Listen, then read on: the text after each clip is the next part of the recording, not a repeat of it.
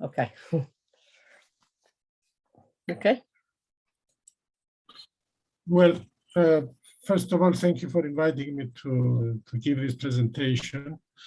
It's a work that has been done really much before the Ukraine war, but the Ukraine war, it's a reminder of how important it is to analyze today's capitalism and to see what is going on, so that we have a background in which to discuss these events. If I can share my screen. Yeah, can you give me rights to share this? Let me just see how we do it. Just a minute.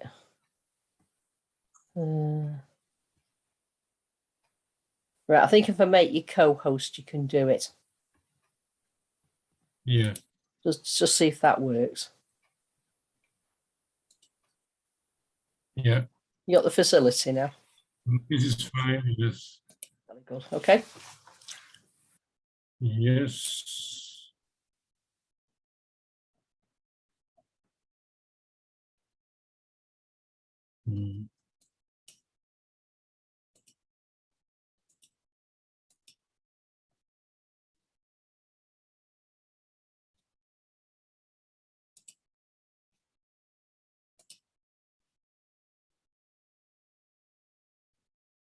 Just a minute.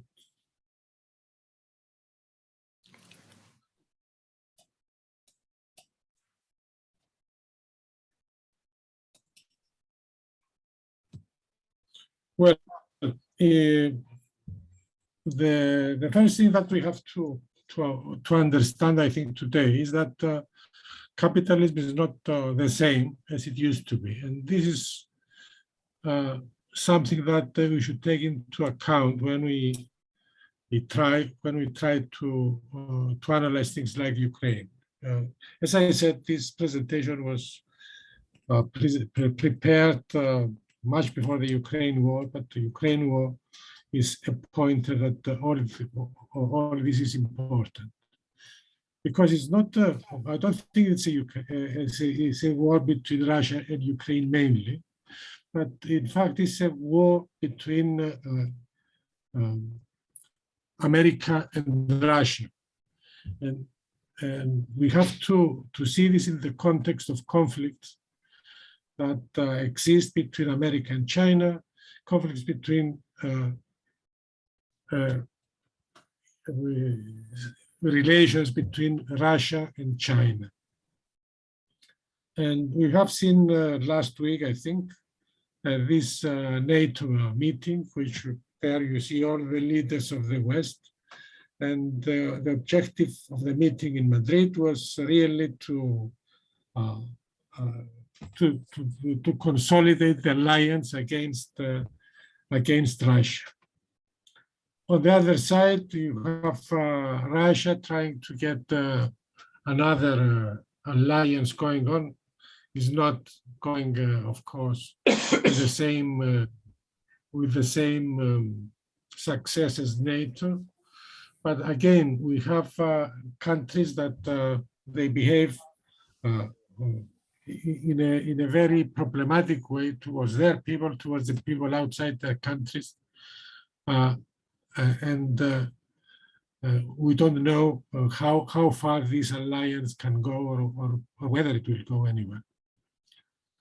At the same time, in the West, we have seen the rise of the far right. We have extreme right parties like Le Pen's coming very near to getting the presidency.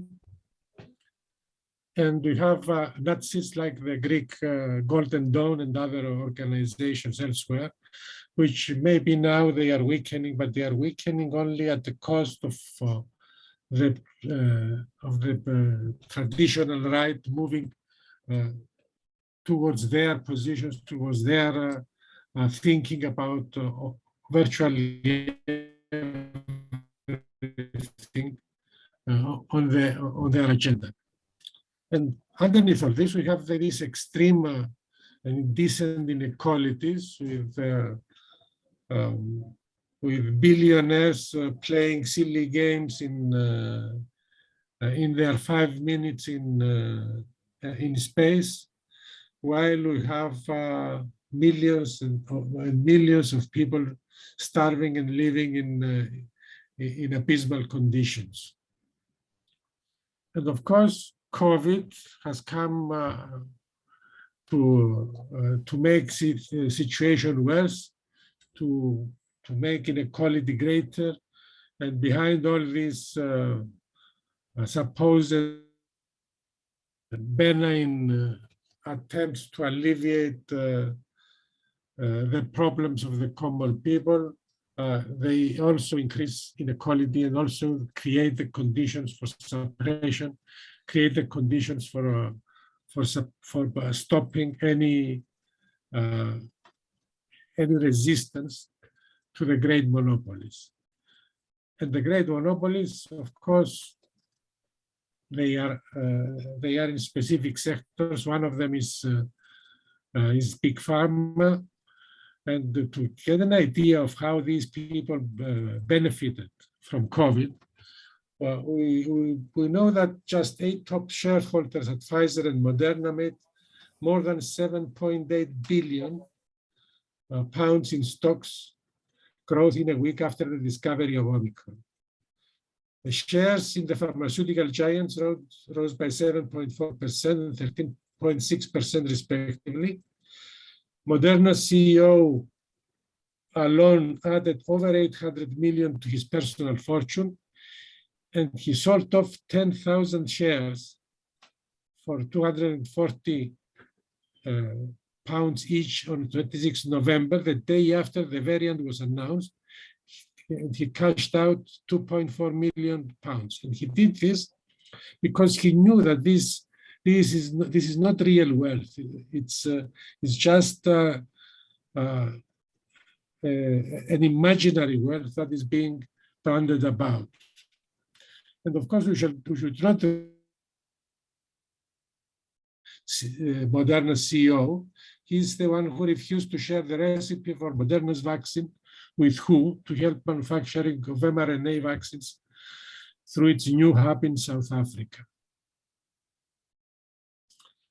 What would the great thinkers think about today's situation?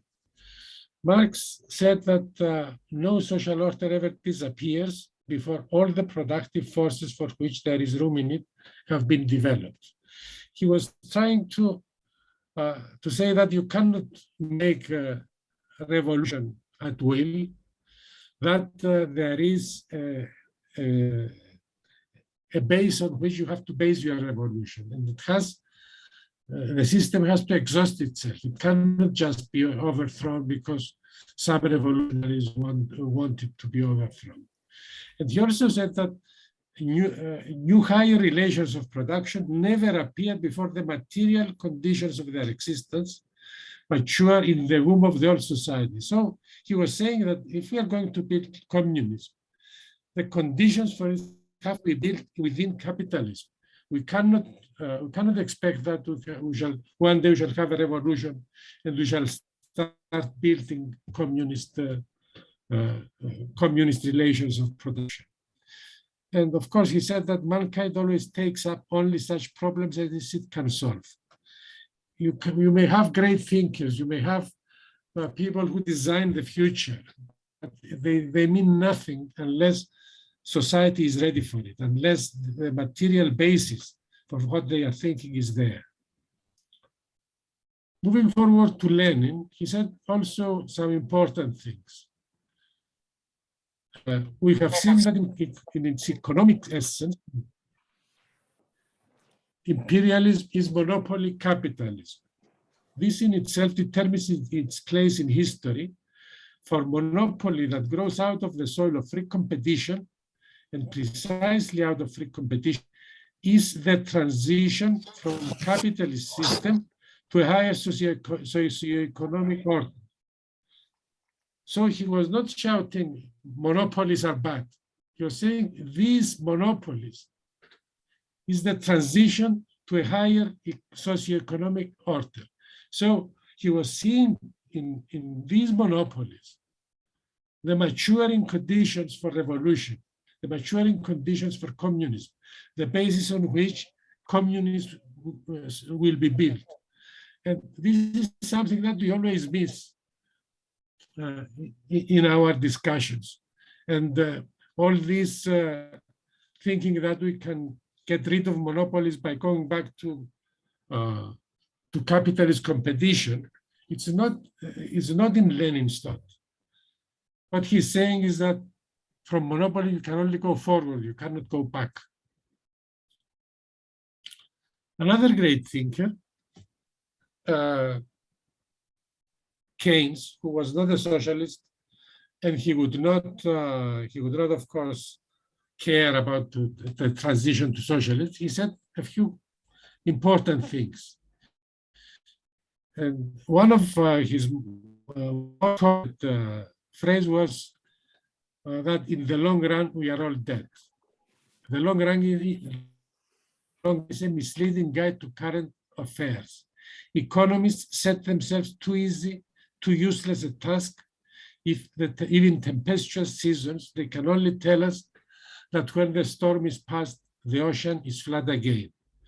This, I would compare it to what is happening within the left when we are talking about capitalism and socialism. There are many times in which we heard ourselves saying that when revolution will come, socialism will solve everything. But the point is that this is not enough. When things happen, when revolution is developing, then it's not enough to say that. We have to see what's happening at the moment of revolutionary change and make sure that we take it and develop it in the way we believe it should develop. Does that mean that we are near the end of the capitalist system? We don't know. But if we see World War I was, in a sense, an end of the capitalist system. The Russian Revolution was one result. The 1929 crash, again, we have the end of capitalism as we knew it then. And that gave rise to the New Deal in America and Nazism in Germany, and eventually World War II. And after that, with a third of humanity really going out of capitalism and joining Russia in what was then known as socialism, the West had to find a way to continue. And the Bretton Woods agreements, the Marshall Plan, and the hegemony of the USA was the way capitalism could move forward. We had the post-capitalist boom, which exhausted itself at some stage. The Vietnam War was the first defeat of the USA and was a very important part of this end of the great capitalist boom. And also Keynesianism exhausted itself. The Bretton Woods agreements had run their run. The long run caught up with reality, and we had neoliberalism with Thatcher and Reagan, which tried to revive capitalism with the results that we saw, a virtually open class war, which started changing things and gave another period of capitalist survival. We had then the collapse of the USSR and Stalinism, and we have financialization and globalization. Globalization was really breaking down the barriers, the national barriers, because that was needed to continue capitalist development and financialization, which really was borrowing from the future and was creating imaginary wealth, giving the impression of profitable capitalism, but again reality was catching up with the 2008 crash, and again a massive intervention by states to save capitalism. This gave rise to revolutionary movements. The Arab Spring was really the very example we should see that the revolution will follow. Although the Arab Spring didn't have socialist a socialist mindset, it was just wanting the democracy. It is important to see how things turn out. A revolution in one country triggers off revolutions in country after country. And at some stage, it will either be defeated, as the Arab Spring was, or it will spread and develop in large chunks of the world and eventually internationally. We had the movements like Occupy Wall Street. We have Indignados in Spain, which gave rise to the political structure of Podemos. We have their counterpart in Greece, Aganakhtismeni, which gave rise to Syriza. We have the development of the movement of Black Lives Matter. All this is a result of the use of capitalism, leading to revolutionary movements. And we have another phase in these revolutionary movements, which goes from country to country, and it develops internationally. The Syriza government in Greece, which was a great example of how the people in a country can revolt. And from January to July, it led to this government taking on European bureaucracy and trying to change things. And they got the amazing 62% in the referendum, which they betrayed, and we had the collapse of this movement. We have Jeremy Corbyn in Britain, which again, it was a revolutionary development, which was defeated. It's not for today to discuss why it was defeated, but it's important to understand that this is the same sort of dynamics here as well as in Greece. And we have Bernie Sanders, sorry. We have Bernie Sanders in America. Again, it's part of the same tradition, same revolutionary dynamic, seeing it in the United States. All these movements have either fizzled out or defeated, been defeated. But then this is something that we should discuss at some stage. I'm not going to discuss them now because, as I said, it's another matter, and we don't have the time. Of course, at the same time, we had great counter-revolutionary movements, big ones. We had the Islamic fundamentalists and ISIS. Migration gave rise to the far right in Europe and elsewhere. Marine Le Pen, Nigel Farage, Donald Trump. We had the Nazis of Golden Dawn and other organizations around Europe, and the swing to the right of the mainstream parties. And must you've had 20 minutes? You've had 20 minutes, okay. The disastrous policies on immigration, we had a decline of the center and polarization of politics. Because we have to to remember that revolution and counter-revolution go together. Now, behind all this, we have the rise of the giant companies. We are talking about huge companies, and very few of them.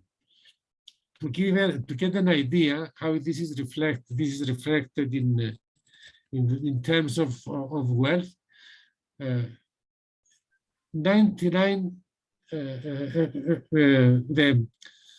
10%, just 10 individuals own more wealth than the poorest 50% of the world. And this is an indecent inequality. And we could see this inequality as cause of instability, which would say tax the rich, or the inequality as a result of the social system, expropriate the monopolies. In practice, both slogans are needed and both are true, and we have to understand this. We have very few companies. We are talking about 4 conglomerates own 147 companies that own everything. This is staggering. A study in Evan found that a core of 1,318 companies have interlocking ownerships, and they are calling the tune for the economy of the whole world. And we see that all these monopolies, they don't really compete. They are behaving in a way that they control politics, they control how they appropriate the wealth, they plan everything, and all this talk about against planning is just a lot of nonsense. They plan everything, and they plan it for themselves. They're talking, as I said, a very, very few companies. And they control also, to see how they control politics. I have here that in 1983, 90% of American media was owned by 50 companies. Today, not today, in 2011, that same 90% is controlled by 6 companies. So they can feed the people with whatever they want in terms of information.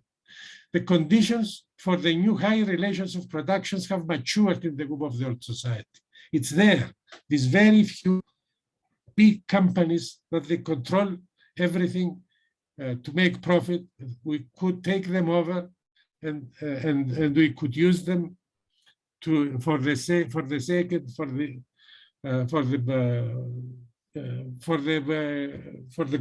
good of society. And we have to see again that at such situations where revolutionary developments start to happen, revolution and evolution, it's not as radically opposed to each other as in normal times. When we see a revolutionary movement from a vintage point of 10 or 20 years before the revolution, yes, it's a jump. But when things start happening, events lead one to another, and we have to understand this specific process in detail and not just contain ourselves, we need revolution. It's not as simple as that. We have to take the nuts and bolts of what's happening and understand it and act in a revolutionary way. In Russia, we have the same picture of wealth concentration. The top 1% own 56% of the wealth of Russia. So the same in Russia is happening, and these 1%, of course, are the oligarchs we have always been talking about, with a lot of money outside Russia, but also inside Russia as well. The way they amassed their fortune, of course, they stole it from the wealth that was created during the Soviet era. Abramovich bought a Russian oil company for 250 million and then sold it back to the Russian government for 11.9 billion. Temos, you got 5 minutes left. If you could sort of try and I shall try it. I might need another. It just allows time for people to you know, ask you questions and stuff. Okay. Yeah, I know. Khodorovsky, another Russian big name. He got Russian oil fields from a program, loans for shares. They were getting loans with collateral the companies they were buying. So they were getting them, in fact, for free. So Russia's capitalism capitalist development was based on the primitive accumulation of the Soviet era. The oligarchs, mostly order officials, plundered the state-owned wealth and built gangster capitalism in Russia. Putin is the Bonaparte of Russian capitalism. He put in place some sort of order. Russian capitalism is monopoly capitalism from the start. It can justifiably be called imperialist in the full Leninist sense of the word. And we should not expect that democracy, protest in Russia will lead to socialism. They still look towards the West.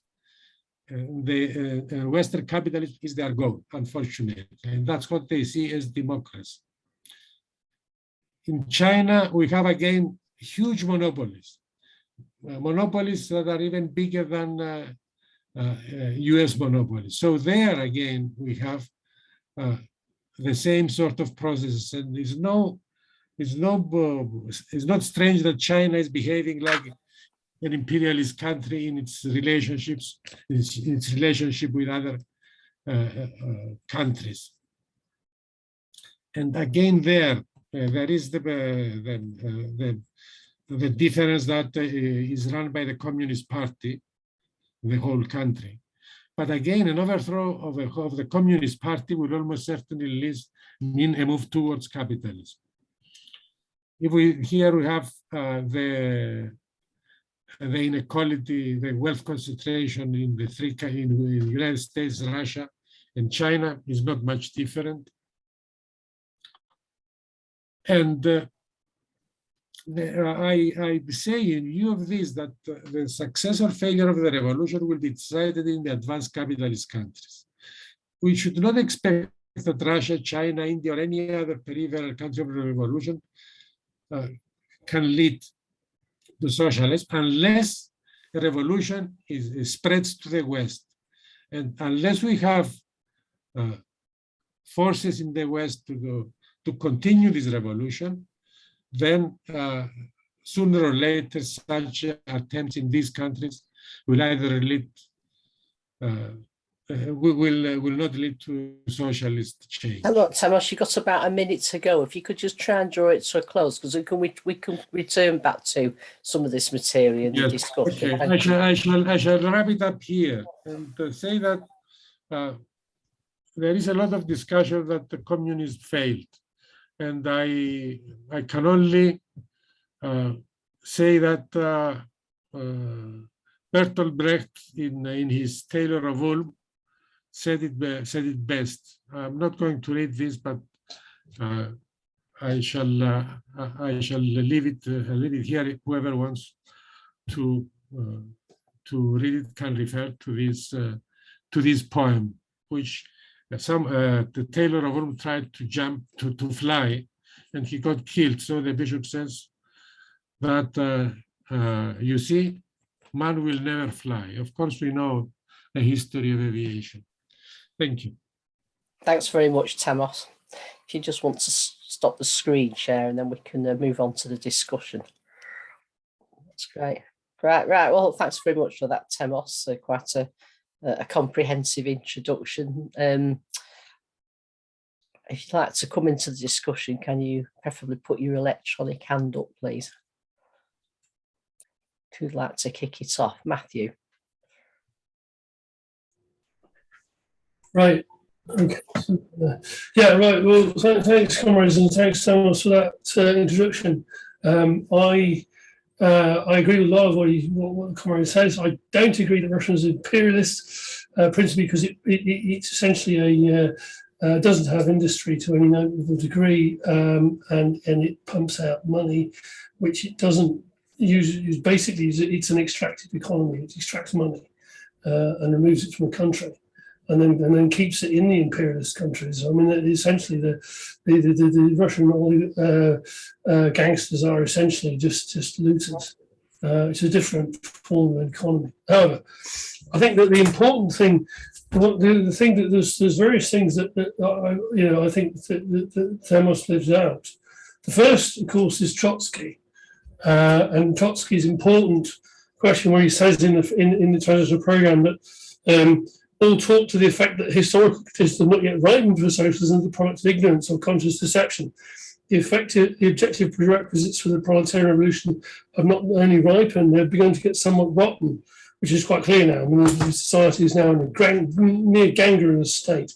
Without a socialist revolution, the next historical period of that, a catastrophe that threatens the entire culture of mankind, which is perfectly obvious, and the turn now is the proletariat, i.e. chiefly to its revolutionary vanguard.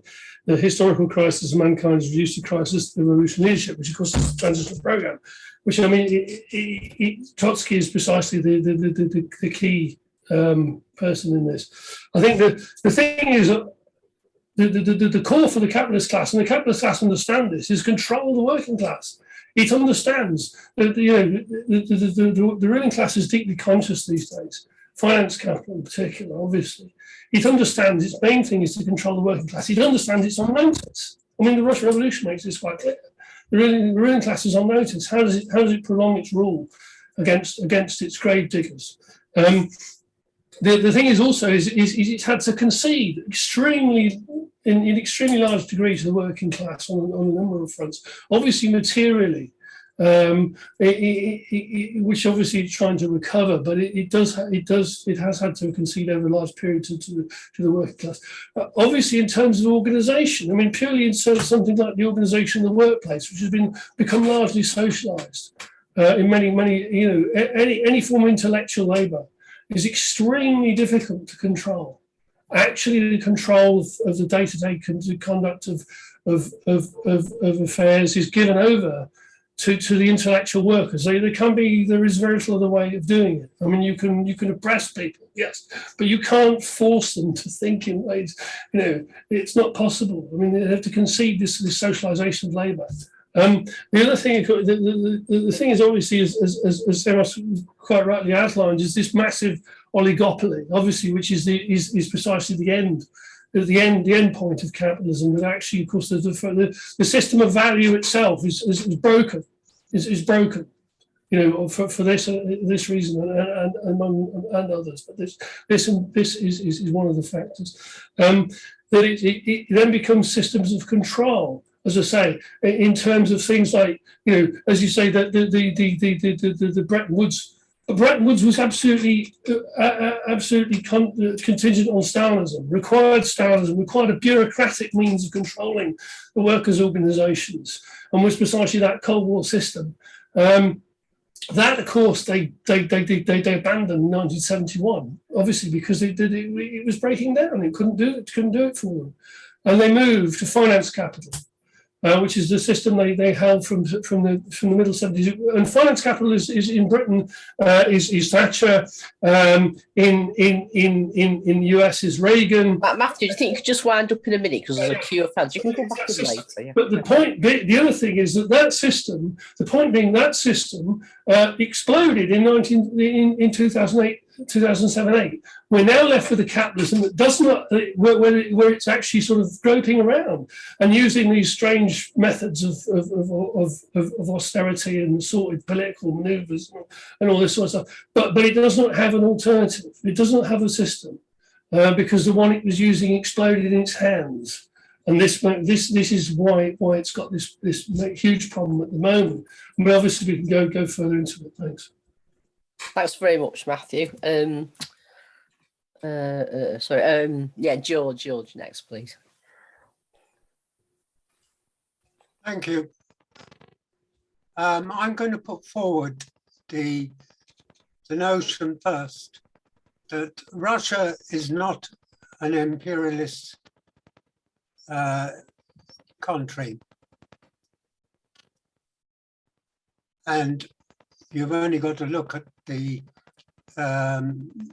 Lenin's higher state of imperialism to understand why. First, it doesn't export its capital, and secondly, its surplus product relies on its own resources. I'm going to go further and say that capitalism now is in its first stages of decline, and the only way it's going to solve its problems is through world war. And this world war has been planned since well before the pandemic, in fact. You've only got to look at the influx of hardware into Europe, plus nuclear fission material via Shannon Airport and via the various ports in Europe, Zeebrugge and Antwerp, to understand the level of planning that the West is now moving forward towards a world war. The Ukrainian conflict is merely, in my view, a transition just part of a grand strategy of pushing into Russia. What will happen in Ukraine will be there will probably be a stalemate and some kind of very messy truce. And then NATO will move on towards Belarus, and it will move on towards Kaliningrad, and also the Gulf of Finland. They will be, in my view, the next objectives. And once they've achieved those objectives, they will move on into Russia proper. And of course, obviously, the grand game is the encirclement of China. Already, one or two Southeastern Asian nations have now pulled further into their alliance of NATO.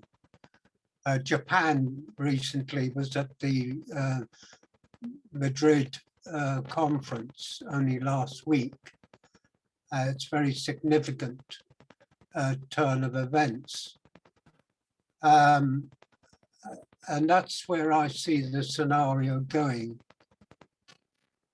Thank you very much. Thanks very much, George. Yeah, I've just probably said this. I mean, if you can try to keep your comments to about 5 minutes, and then there may be time for another round. David.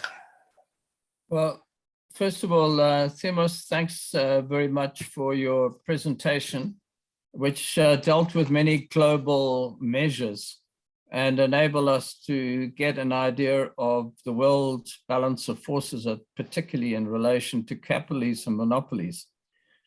What I'll argue, first of all, is that the issue that we're looking at is not really definitional to know whether Russia is or is not an imperialist state as defined by Lenin as the highest stage of capitalism and the monopoly stage, although all these factors have to be kept into account. It's not a matter of us sitting as in a classroom and teaching people to follow the definition. We're looking at a volatile changing balance of forces internationally. all within the imperialist framework, which, as Marx said, is constantly expanding markets with every kind of contradiction. And I suppose we should just remember that Britain has invaded 171 of 193 countries in the world. And it's, we're looking at some fantastic developments, which not even America is anywhere near in contention. We're looking at historical periods, and we try to understand the one in which we in. And I think the first thing we have to understand, and I'll just skip on to the main point here, is that Trotsky's idea of combined and uneven development, in a sense, rationalizes and reinterprets Lenin's ideas in relation to imperialism. First of all, the combination of various factors, the rise of huge monopolies, the fusion of industrial and finance capital, and then the unevenness, the massive unevenness north and south, and also between different capitalist countries. And this, I think, is an explanation of the various tensions that we see between capitalist states and capitalist alliances, so that we do not have what Kautsky predicted as ultra-imperialism. Globalization is not ultra-imperialism. In fact, imperialism, which is related to warfare, colonization, and the ordered political interventions leading to great inequality, is part of what we see today. In a sense, we're returning to the tensions around World War I of different alliances between capitalist powers and tensions and wars, the redivision of markets, not the new conquering of markets, but the redivision of existing markets. And consider this: Russia, in a sense, and it has been argued, has been encircled by NATO and by imperialism. I don't think that explains very much. What I think is also important to understand is that the EU has tried to incorporate Russia into its very developing, expanding markets. Russia was invited to join the EU, which is hardly it is and it isn't an imperialist gesture, because Russia's fossil fuel, its oil and its gas, has been absolutely integrated into the EU. Now, were they just misunderstood the relationship between Russia and themselves? Did they misunderstand Putin? To some extent they did. But Russia was fully incorporated into the markets of Europe, or not fully, but at least they attempted to integrate it fully. And Putin is rejected to that. Why? Because he wants to create his own Russian markets through wars and expansion. Now, is that classical imperialism? No. But imperialism, in the sense that Marx defined, was the highest development of capitalism. And we see in Russia a low development of capitalism in this sense. It's not engaged fully in world markets. Unlike China, Russia has less than 1% of world trade internationally. China, I'm not too sure, but it's somewhere around about 40%. And it has the largest stash of United States dollars in the world. Even more dollars are accumulated in China than in America, which is a fantastic development. How did that happen? Through the development of world trade. So imperialism advances through globalization, through world trade, and through incorporating various states into that ambit. And then the idea is that you grin and bear it, and that eventually this works out to the good. That's the theory of capitalist development and eventually world peace through the incorporation of every single country through markets. But capitalism has to it only advances through war, through revolution, and through its counter revolutions. And just the last point I'd like to make is that Russia is locked into a fossil fuel economy. That is the basis of its not its manufacturing, but of its industry. That's the basis of profit making, There's nothing like manufacturing or anything. So it has to expand through conquest and to forcing different nations around it to trade with it and to incorporate that within its country. Now, is that classical imperialism as defined by Lenin? Possibly not. But consider in terms of combined and uneven development, and consider also the breakdown of attempts at an ultra-imperialism, and then you'll understand, I think, a little more of the reciprocal relations of war, of tension, and of grabbing markets that we see currently.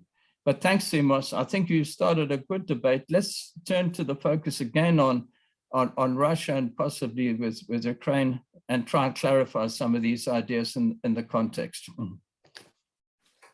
Thanks very much, David. Olivier's indicated to me in the chat that he wants to speak, so I'm going to bring him in next and then take Ed. So Olivier, would you like to go ahead? Yes, but it will be quite complicated for me. There's a lot of debates. First, debates about how is the world today? Today, we are living in a global imperialism, a global imperialist system, which is in which all the countries of the world are part of. And if China is not a capitalist, I don't understand what is it, because it's the biggest place for the exploitation of the working class all around the world, with the first working class in strength and numbers. Today, what we are seeing is a crisis in the global system with the explosion of the world market. And what of the main economical and political fact after Putin declared war on Ukraine on 24th of February is the explosion of the world market. And the question is, there will be tendencies inside each of the big regional part of imperialism. So the US, the European Union, Russia, China, and all the other more little countries. But we can't say that something like India is little. It's now the first country for the population in the world. They are behind China now, and so there will be struggle for the redistribution of markets, of influence, of the share of the world. But we can't say there's any the world is not around the question of US imperialism. The US imperialism is not the center of the world. They have lost their hegemony, and they are in competition with part of their former allies, like the European Union. The European Union is an economic giant, but it is a political little person. And so we are in a situation where we will see big international clash on the economical way, on the war with wars and stuff like that. But we will also see for the first time the danger of the environmental crisis and all the question around the global warming. And that will be the basis for mass mobilization in which people will struggle for immediate issue of surviving. Instance, what we are seeing in Sri Lanka. Sri Lanka can be presented as a Chinese colony on the economical point of view, with prevalence of the Chinese investments and all the all the bourgeoisie in Sri Lanka is linked to China. So it's very important for China. There's no revolution to happen in Sri Lanka. I